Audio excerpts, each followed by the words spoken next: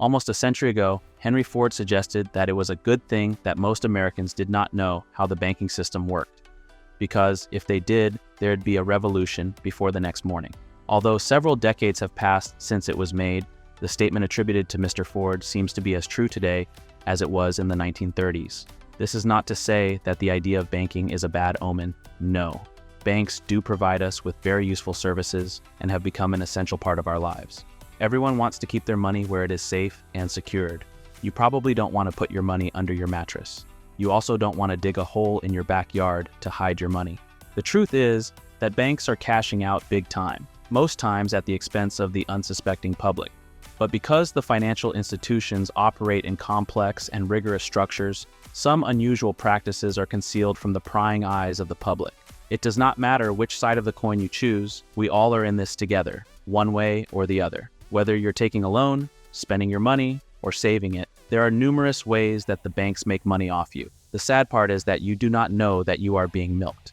The multiple income sources that the banks enjoy could be one of the reasons bank stocks have become an investor's delight. Here are some truths about money that banks don't want you to know. 1. You are losing money every year. You probably have heard that the bank is the best place to keep your money, but no one has told you that you are losing money every single year when you keep it in the bank. This is not about the fees that you pay on your spending or someone stealing your money. It has to do with inflation. Inflation is the increase in the prices of goods and services over some time.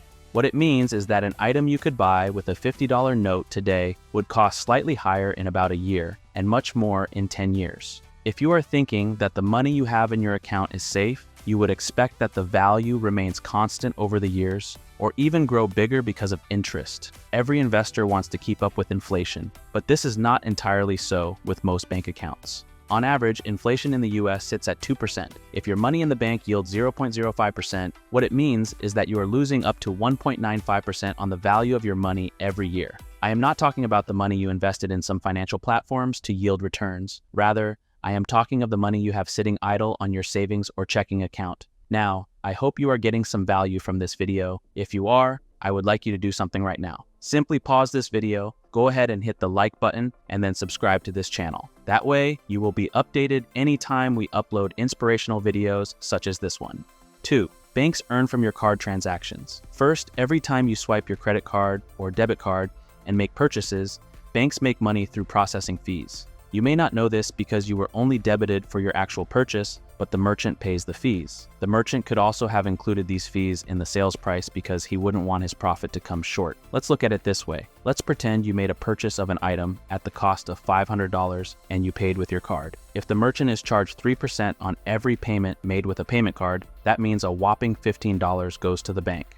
The bank gets this money just for providing the machines and the convenience for payment. Do you think the merchant will be glad to have the $15 taken off his profit? You are the one paying this fee, and I will show you how. Let's say the item was supposed to sell at $480. The business owner must have raised the price to $500. The additional $20 will cover the 3% deduction that will go to the bank for card transactions. That is, taking into consideration that most people would rather pay with their cards. Secondly, the bank makes so much money through your credit card. There's a reason the banks offer so many incentives just for you to sign up for a credit card. What you probably don't know is that the interest rates on your card can be raised at any time. The average interest rate on a credit card is 17%, but your bank can decide to make an increase to maybe 18% or 19%. They could do this after serving you 15 to 30 days notice. Often you don't get to read these letters that contain lengthy legal jargon. You ignore them. So the banks get away with this while feeding fat on your ignorance. Now, if you have compound credit card interest, it will simply continue to accumulate. This will eventually work negatively against you. If you don't pay off these debts, you could be on your way to a difficult place financially.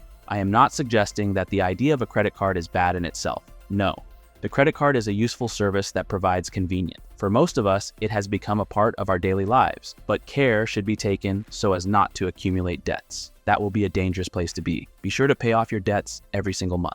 3. Your money in the bank is not physical. You could have tons of money in the bank, but these are merely figures and electronic records. This is because the banks use your money to do business. They give out this money in the form of business loans, car loans, or mortgages. To you, your money is with the bank, but in reality, your money is in other places making extra money for the bank. The banks could have that amount in liquidity, But in the event of a crisis, when everyone makes a run for their money, the physical cash will not be there. This comes as a result of a policy that is called fractional reserve banking. This policy allows your bank to lend out your money to those who need them in the form of loans and mortgages. Does it mean the banks are not safe to keep your money? Not at all. Your money is protected by insurance. Also, the government is there ready to step in should anything go wrong. So, if you have money in the bank, feel free to go to sleep with your two eyes closed.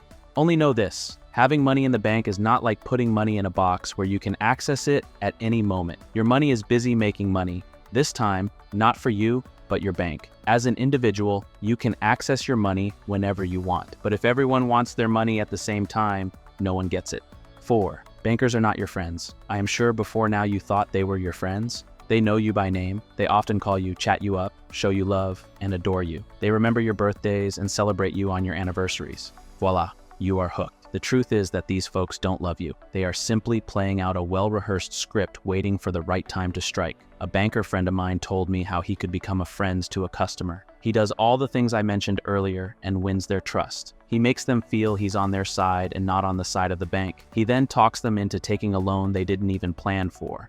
Can you imagine taking a $50,000 line of credit you never planned for? But that's what happens with this kind of friendship with bankers. All they care about is the figures. They get targets from their managers and supervisors. If they don't meet these targets in record times, they lose their job. My friend also told me how some colleagues lost their jobs because they tried to be genuine. Because they cared about their clients and showed honest compassion, they could not meet targets. When the management found out, they were shown the exit door. So, you better be on your guards when next your banker friend comes with bold smiles talking about his company's latest offers. Before signing up for any loan, make sure it is what you need and you want to do it. Never allow yourself to be blackmailed emotionally with fake friendship. 5. Foreign transaction fees. Another way that most banks make money out of customers is through foreign transaction fees. Your financial institution will not tell you this, but when you travel outside the US and make purchases with your credit card or debit card, you will have additional charges. Some time ago, a friend traveled and spent 15 days outside of the United States. When he returned, he was shocked when he opened up his bank statement. He found a total of $105.05 in foreign transaction fees charges. Most banks won't disclose all of this to you because if you knew, you could dump them and go for other money options. Some credit card programs have coverage in some countries outside of the US. In this case, if you use their services in the countries that they have coverage, there will be no additional charges on your purchases. But my friend didn't know this and wasn't part of any such program, so he got milked. 6. Always check your accounts. Your bank account is an essential part of your life, so don't be too busy or too lazy to check it regularly. Some hidden charges could be in your record of which you know nothing about. Anytime you see a charge that is not yours, be quick to report it to your bank. If you make a report within a 90-day window, by law, your bank has 48 hours to return the money into your account. Your bank doesn't like you to know this. They may try to delay the process or try to get out of it, but you can stick to your gun because you are legally protected. They are under obligation to credit your money back to you.